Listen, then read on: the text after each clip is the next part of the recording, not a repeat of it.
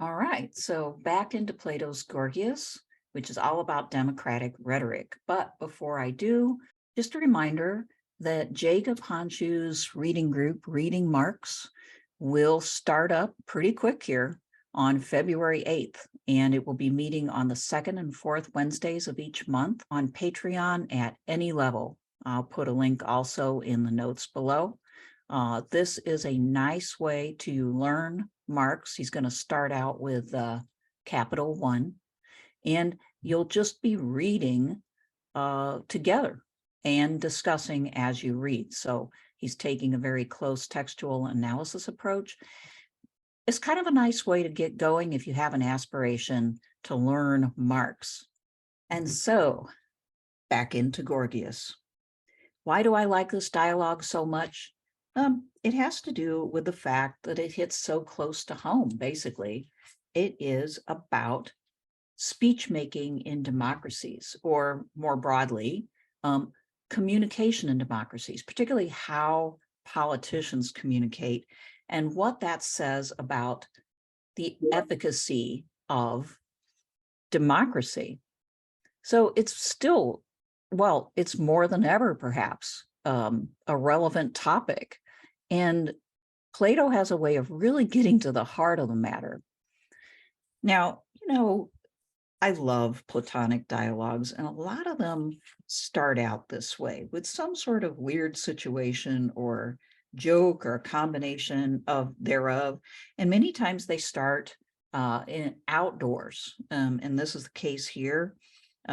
These guys meet up as, Socrates is coming back from the marketplace.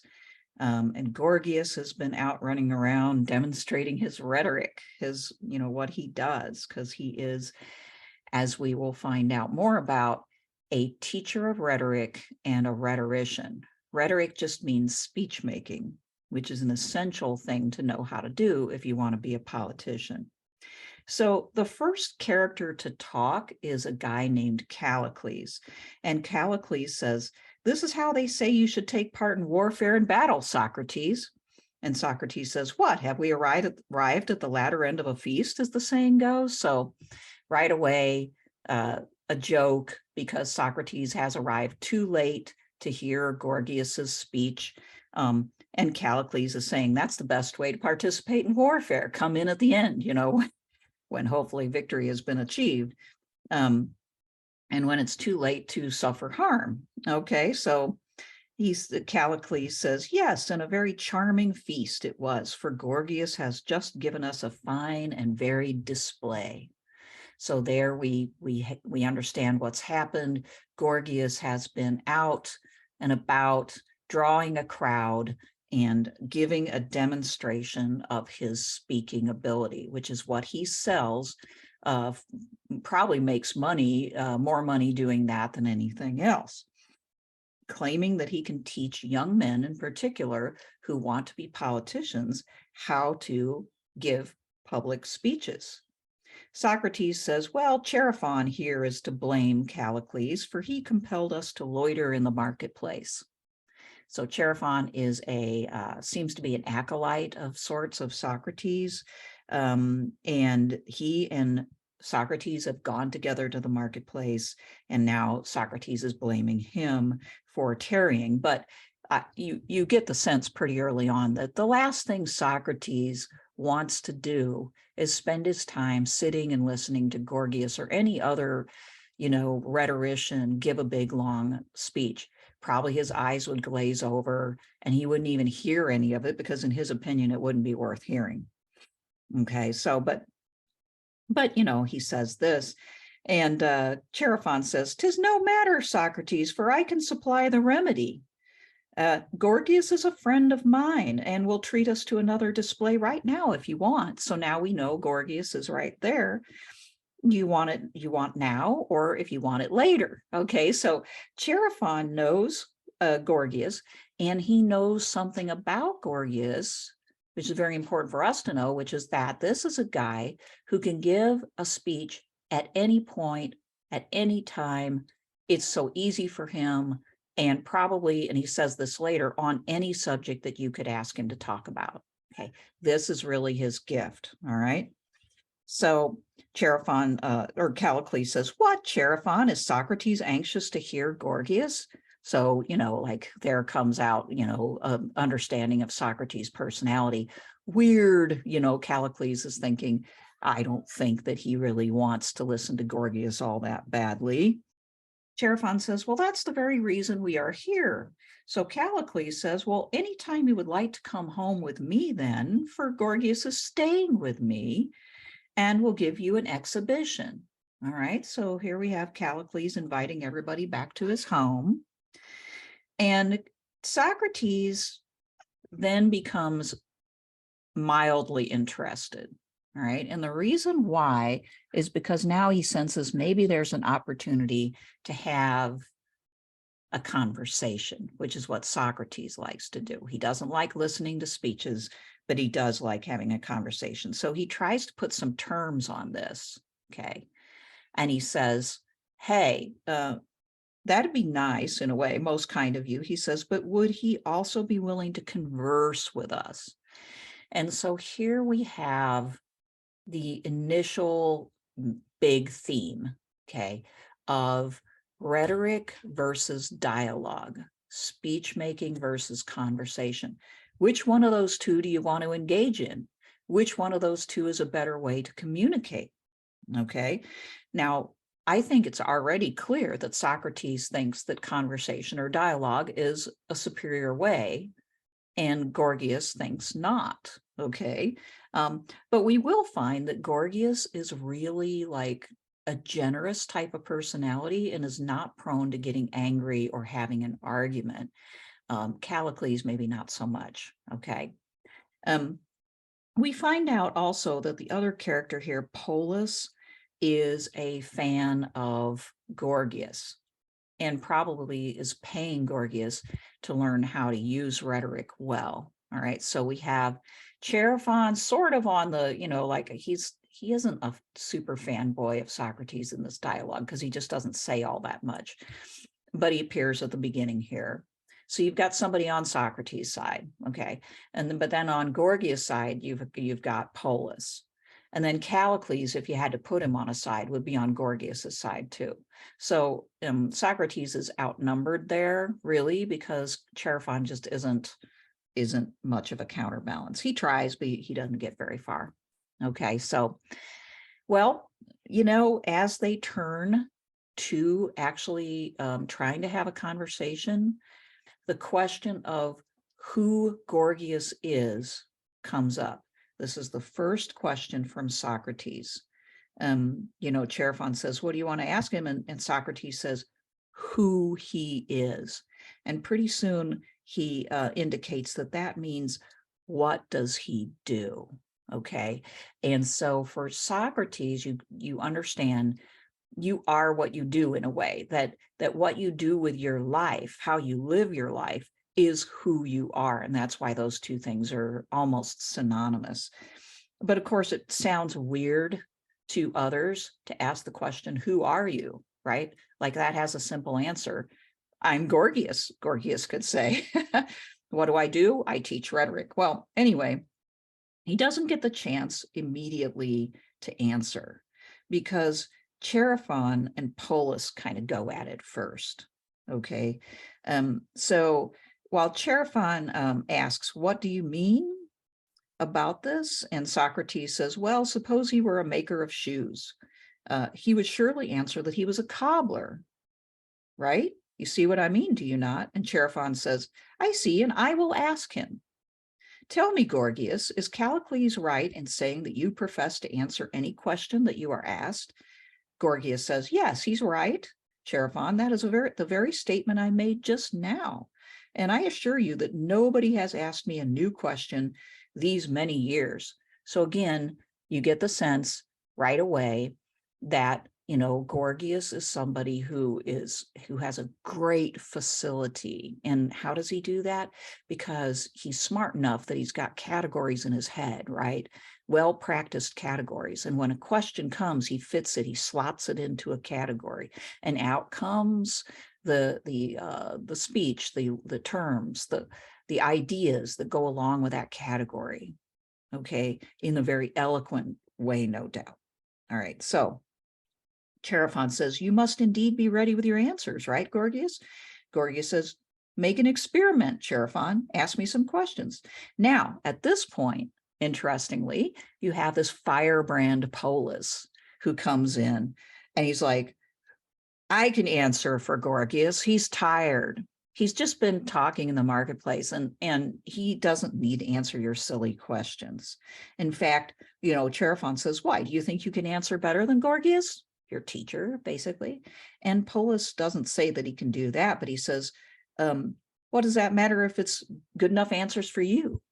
So he insults Chaerephon, but also he indicates something that he has learned from his teacher, Gorgias, which is that you kind of can size up your audience, and most of them are stupid, and, and you can give them what is good enough for them. You don't have to give them all the details or a lot of information that they can't even handle in Gorgias's view. All right. So again, here you see that like part of the attitude of Gorgias and the art of rhetoric is most people are, I mean, I'm being blunt here, but most people are, from this perspective, ignorant, okay?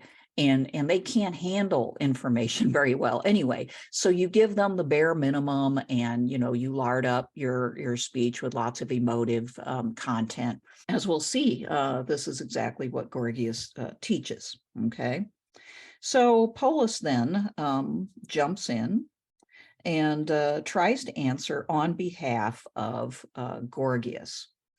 And so Chaerephon asks, so what is rhetoric that Gorgias professes to do and teach and that you are learning? And Polus answers that it is the noblest of arts. He says, Gorgias here is one of the best and partakes in the noblest of arts. Okay, now I'm sure that you can see, as Socrates notes right immediately after that statement, that it is a non-statement, right? Like there is no content there. What does he mean, the noblest of arts? So Socrates says, he fails to accomplish what he promised to Chaerephon, right? And Socrates says, it's because he doesn't quite answer the question asked. And this is what rhetoricians know how to do, is to evade specifically answering questions and still giving a nice sounding answer. Now, Gorgias right away, being that generous character that he is, he says, oh, if you prefer Socrates, you may ask him yourself, okay? And Socrates says, no, not if you are ready to answer instead, okay? I would much rather question you. For it is obvious from what Polus has said that he is much better versed in what is called rhetoric than in dialogue. Right? So he's acknowledging that Polus has learned rhetoric, right? And he's also acknowledging how little he thinks of that. But he's saying, I'd rather talk to you, Gorgias.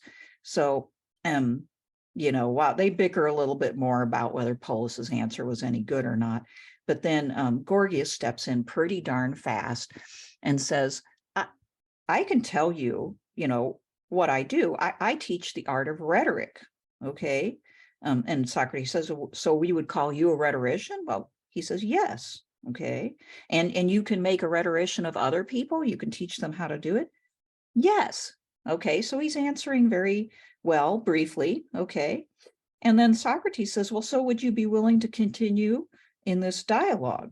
Okay, would you continue to answer questions like this and try not to be lengthy, because he knows that rhetoricians fall back on, speaking at length to kind of like basically bamboozle people. People stop paying attention or they only hear like 1/3 of it. And they say to themselves in a sort of self-gaslighting way, I must have missed something, but this guy sure does sound intelligent. Okay, so he's saying, just keep your answers brief. And Gorgias says, I will try to answer them as briefly as possible. And he really does. So Socrates then asks, so what is the scope of rhetoric? Like what does it really, entail? And Gorgias answers words. He says words. That's what rhetoric is about. Okay, the use of words. And so now this is where you start to see Socrates' method is like, he's always going to ask follow-up questions. Okay. Okay, you say it's about words, or it uses words, and that's what its essence is, right, of rhetoric. But like we can think of all sorts of other arts that people practice that use words. And Gorgias says, well, but rhetoric is different because it accomplishes everything it does through words, not just words being used to, for instance, sell something that you made. Instead, rhetoric accomplishes everything through words, he says. And so Socrates comes back again. Is that really exclusively rhetoric's domain? What about a mathematician? Doesn't he exclusively use words? You may say, well, look, it's about numbers, but numbers are words, right? In other words, they are not using any sort of material thing. There's nothing else going on other than ideas, concepts. All right. So he gets Gorgias there, right? In the sense that Gorgias has to refine further what he's talking about. Now, Socrates takes a little bit different tack, and he says, so what is its subject matter? Because like the subject matter of mathematics is numbers, we might say, right? It uses words in order to calculate. So what is the subject matter of rhetoric? And this is where Gorgias pulls a polis, okay? He says, it is the greatest and noblest of all human concerns or human affairs. That's what the subject matter is of rhetoric. And I guess we're all supposed to know what the greatest and noblest of all human affairs is. But Socrates points out, well, there's a lot of people who would make that claim. For instance, he keeps going back to the doctor, because the doctor is somebody who can literally save your life, right? And so you might say, when you are in trouble, the doctor could be like the most important person in the world to you. And what about, your spiritual health? Maybe a priest, or maybe a philosopher, because philosophers deal with really the meaning of life. Okay. So other people could make the claim that their subject matter, which, by the way, uses a lot of words, maybe not exclusively, but quite a bit, that their subject matter is actually the greatest and noblest of all human affairs. Very quickly, they get to a point where Gorgias actually answers Socrates' question. And then this answer becomes the basis for the argument moving forward for quite a while. So Gorgias says, something, Socrates, that is in very truth the greatest boon, the greatest benefit, for it brings freedom to mankind in general, and to each man dominion over others in his own country. That's interesting, because on the one hand, it brings freedom to mankind in general.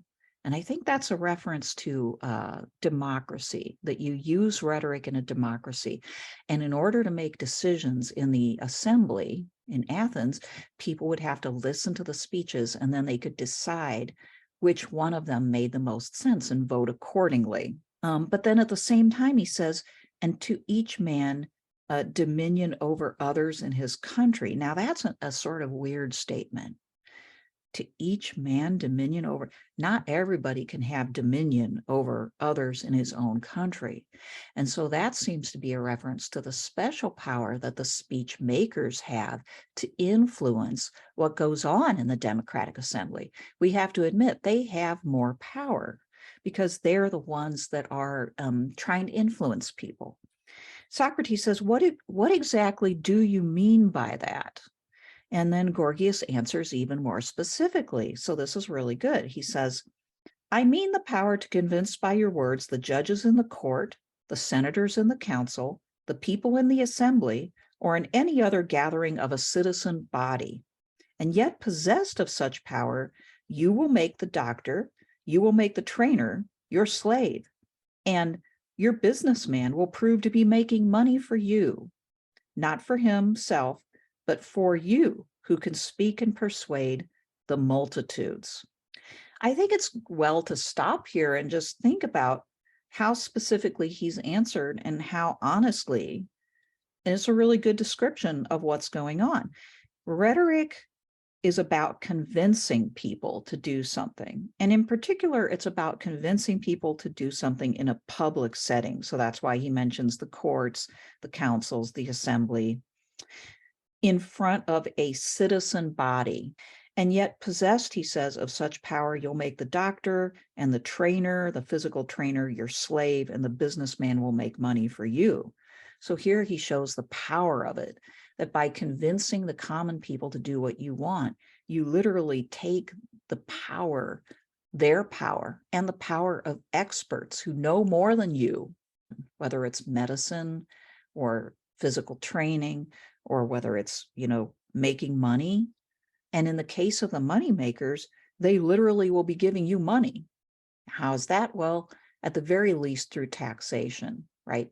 Which, though you may not legally own the money that is given to the government in taxes, you wield its power. So in effect, from Gorgias's perspective, it's the politician's money. Okay, so now you can begin to see like why it is that Gorgias claims that he has something really valuable to teach these young men who want to learn how to be politicians. It's because literally he thinks it's the master art. It's the art that controls all the others. If you're good enough at it, you literally have at your disposal the powers and talents and abilities and money of everybody else. So why wouldn't people want to learn this? Why would you want to become a doctor when you can control all the doctors? Why would you want to become a businessman when you can control all the businessmen and wield their money? This is the answer that Gorgias gives. And as I said, as we move forward, we start on that basis. This is something that both Gorgias and Socrates can agree on, okay, is that it is about power. So they go on to basically agree that you can't use rhetoric in a small setting. It won't work, but it works great in a big public assembly. And they go on to agree that it gives the speaker a lot of power and that it benefits the speaker. Okay. And so that forms a really solid basis for moving forward to try to figure out why do people really want to learn this? Why do they want to become politicians?